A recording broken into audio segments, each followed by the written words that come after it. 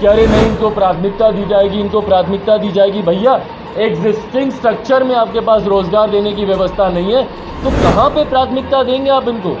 बेरोजगारी के आंकड़े देखें ये तमाम मुख्यमंत्री अपने अपने राज्यों के, जिनको आज आप भरने की आप बात कर रहे हैं। तो जब वो रिक्त पड़े पद भी जब आप भर लेंगे तो उसके बाद 4 साल के बाद आपके पास रोजगार कहाँ पे बचने वाला? कर लिया अपना सब कुछ उसने बेच दिया।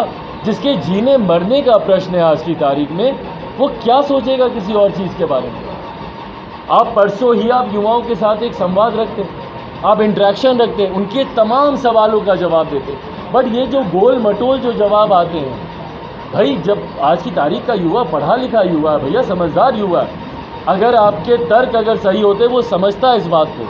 पर सब हाइपोथेटिकल सिचुएशंस का आप निर्माण कर रहे हैं। जितने मुख्यमंत्री हैं भैया, हरियाणा, मध्य प्रदेश, तमाम मुख्यमंत्रियों के मैंने बयान सुने कि अरे नहीं इनको प्राथमिकता दी जाएगी, इनको प्राथमिकता दी जाएगी। भैया एग्जिस्टिंग स्ट्रक्चर में आपके पास रोजगार देने की व्यवस्था नहीं है तो कहाँ पे प्राथमिकता देंगे आप इनको?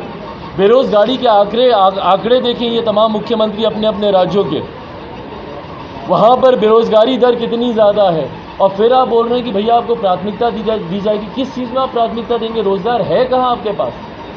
आज केंद्र सरकार 8 साल के बाद तो आपको घोषणा करनी पड़ी कि भैया हम लोग 10 लाख हम लोग रोजगार देंगे, वो भी अगले 18 महीनों में, जिसमें से लगभग 8 लाख के करीब तो रिक्त पड़े पद हैं जिनको आज आप भरने की आप बात कर रहे हैं। तो जब वो रिक्त पड़े पद भी जब आप भर लेंगे तो उसके बाद 4 साल के बाद आपके पास रोजगार कहाँ पे बचने वाला?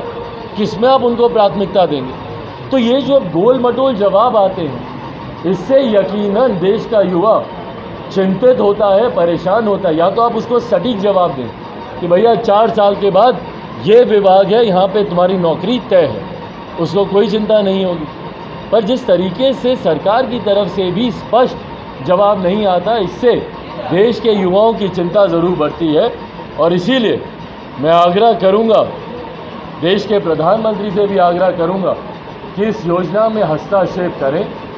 भाई हम लोग की देश की सेना की एक गरिमा रही है और उसको लेकर इस तरीके से सड़क पर आंदोलन हो, चर्चा हो, ये शोभा नहीं देता। ऐसे में देश की सेना की गरिमा को भी ध्यान रखते हुए तत्काल प्रभाव से इस योजना को वापस लिया जाना चाहिए।